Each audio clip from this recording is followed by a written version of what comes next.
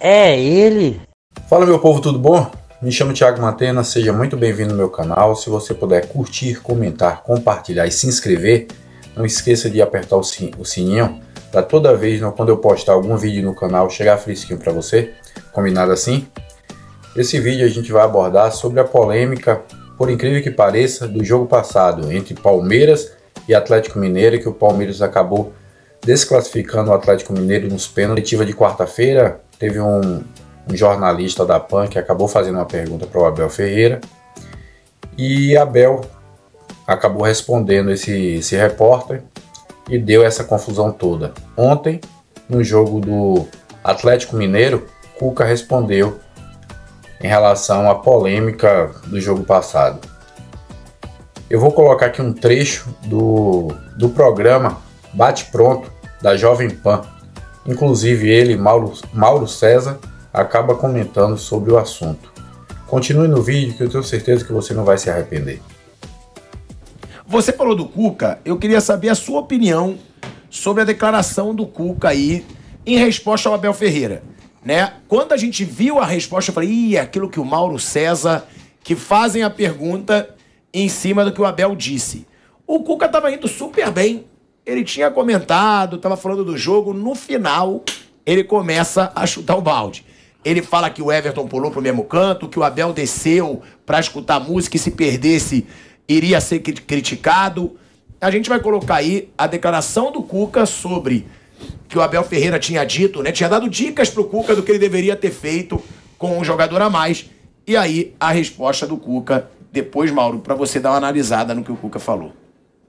Às vezes, você pega uma frase dentro de uma entrevista inteira e você consegue descontextualizar uma entrevista inteira. Então, eu me lembro que eu falei, ficou difícil para nós com um jogador a mais, e isso foi o chavão dos programas. Não pegaram a sequência da minha entrevista, onde eu disse que era um jogo de 80 metros, que eles saíam e nós saíamos, e quando nós quando nós tivemos o jogador a mais, não tinha mais 80 metros, nem 60. Tinha 40, 30, que eles foram lá na linha defensiva e por jogar em casa tem aceitação do torcedor e faz aquela motivação, o homem é mais. E você não achou os espaços para aquilo porque sobrava no nosso time os zagueiros. 2 homens a mais não teve jogo, teve muito pouco, não tinha bola. O Palmeiras é um time reativo, então é mais fácil para o Abel pôr o Dudu para correr, marcar, e pôr o Rony para marcar. Quando você tem característica de outros jogadores, você não consegue fazer isso. O meu time não conseguiria fazer isso, porque meu time não é reativo.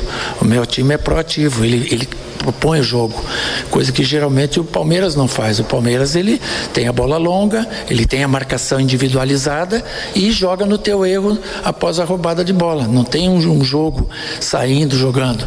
Agora, quando você está vencendo, né, tudo que você faz é perfeito, é bonito, é maravilhoso. Se você sai pro vestiário escutar música na hora dos pênaltis e ganha, pô, vira moda. E se perdesse? Quando você cai 6 vezes no mesmo canto e ganha, pô, é legal. Você lembra o Muralha, que caiu 6 vezes e perdeu? O que aconteceu? Quando você tem 2 jogadores expulsos, não passa nada, porque a cabeça é fria. Mas não foram cabeças frias, podia ter quebrado um jogador expulso. Se a derrota vem para eles nesse jogo, vocês estavam cobrando as 2 expulsões, as 6 caídas do goleiro no mesmo canto, o treinador que não ficou para os pênaltis, etc e tal. Mas quando se ganha, tudo é perfeito. Parabéns pro Abel, parabéns pro Palmeiras, boa sorte. Cuca, eu queria que você falasse... Olha aí, Mauro César, ele estava indo tranquilo até o final, quando ele fala do Abel, fala do Everton caindo pro mesmo lado. É troca de farpas, né? Ele até tem razão quando ele fala que se o resultado é outro, as cobranças mudam, porque realmente, né, a imprensa ela se pauta muito mais pelo resultado do que pelas circunstâncias de um jogo, né? Tudo é muito pautado em cima do resultado. Mas acho que ele deu motivos aí para sofrer as críticas que sofreu e tomar o troco que ele tomou, quando ele falou dessa dificuldade, que assim, é uma dificuldade, claro. Quando o Palmeiras tem um jogador a menos, o Palmeiras faz o básico do básico. Você recua o Rony para jogar pela direita, marcando ali a subida do lado esquerdo onde tinha o Arana ali, o Keno foi o grande problema do Palmeiras no jogo de Belo Horizonte, e o Arana voltou. Então o Scarpa estava ali fazendo justamente aquele lado direito para proteger aquele setor e para atacar pelo lado direito, para incomodar também o próprio Arana, para ele não ter liberdade para subir e fazer ali a dobradinha com o Keno toda hora. Então ele puxa o Rony para jogar ali. O Rony jogou, por exemplo, contra o Chelsea fazendo esse trabalho, já fez isso várias vezes. E deixou o Dudu na frente como único atacante, 4-4-1. Então é assim que os times ficam quando tem um jogador a menos. Não tem nada de novo. Então quando o Palmeiras passou a se comportar assim, acho que o Cuca olhando para o campo, ele não viu nada surpreendente. Ele viu ali a formação clássica de um time com homem a menos. Aí passa a ser um desafio para ele. Ele poderia abrir mão de um dos zagueiros, de fato, porque o Palmeiras tinha um homem na frente sozinho, que mal conseguia ter a bola. Ou um dos volantes. Ele não abriu mão dos zagueiros nem dos volantes. Poderia ter tido Allan Kardec dentro da área adversária por mais tempo, para prender os zagueiros do Palmeiras, para ter uma referência da área, até porque o Atlético criou muito pouco, ele ficava só jogando bola. O Mariano cruzou várias vezes a bola da intermediária ali, não chegava nem no fundo, chegava ali perto do bico, entre o intermediário do campo de ataque, o bico da grande área, o Mariano chuveirava a bola na área. Uma encaixou ali, que foi a cabeçada do Jair, que passou à esquerda do Everton. Então, assim, eu acho que o Cuca também não conseguiu encontrar soluções, ele não apresentou alternativas interessantes. E teve um intervalo para arrumar, porque a expulsão foi a meia hora de jogo, então ele teve todo o intervalo do jogo para poder mudar a estratégia e não fez, teve tempo de pensar e de mudar. O Atlético foi previsível e facilitou a tarefa do Palmeiras. E até, curiosamente, o Palmeiras finalizou mais do que o Atlético durante o jogo, que é outro dado que acho que evidencia isso, a falta de ideias, de criatividade, de soluções por parte do Atlético. O resto agora é a briga engarrafada. Eles vão ficar agora se estranhando aí, provavelmente, em outros confrontos, aí é capaz de acontecer mais vezes, não no nível Thomas Tuchel e Conte, né? Acho que não vai chegar a tanto, né? Mas a tendência é essa. Ele ficou incomodado, claro, né? Com a resposta que ele ouviu do técnico. Até o Mano Menezes ficou, né? Porque o Mano citou na entrevista ontem, né? Falando do negócio de trabalho. O Mano deu uma outra cutucada no Abel. Falou, Mauro, assim, eu sou muito fã do trabalho do Cuca, tá? Eu acho que para a história do Galo, é o maior treinador da história do Galo, porque Tele Santana mostra a história do Brasil, né? Mas isso é maior, melhor, aquela questão. Só ponto a ponto, mais ou menos que falou o Mauro,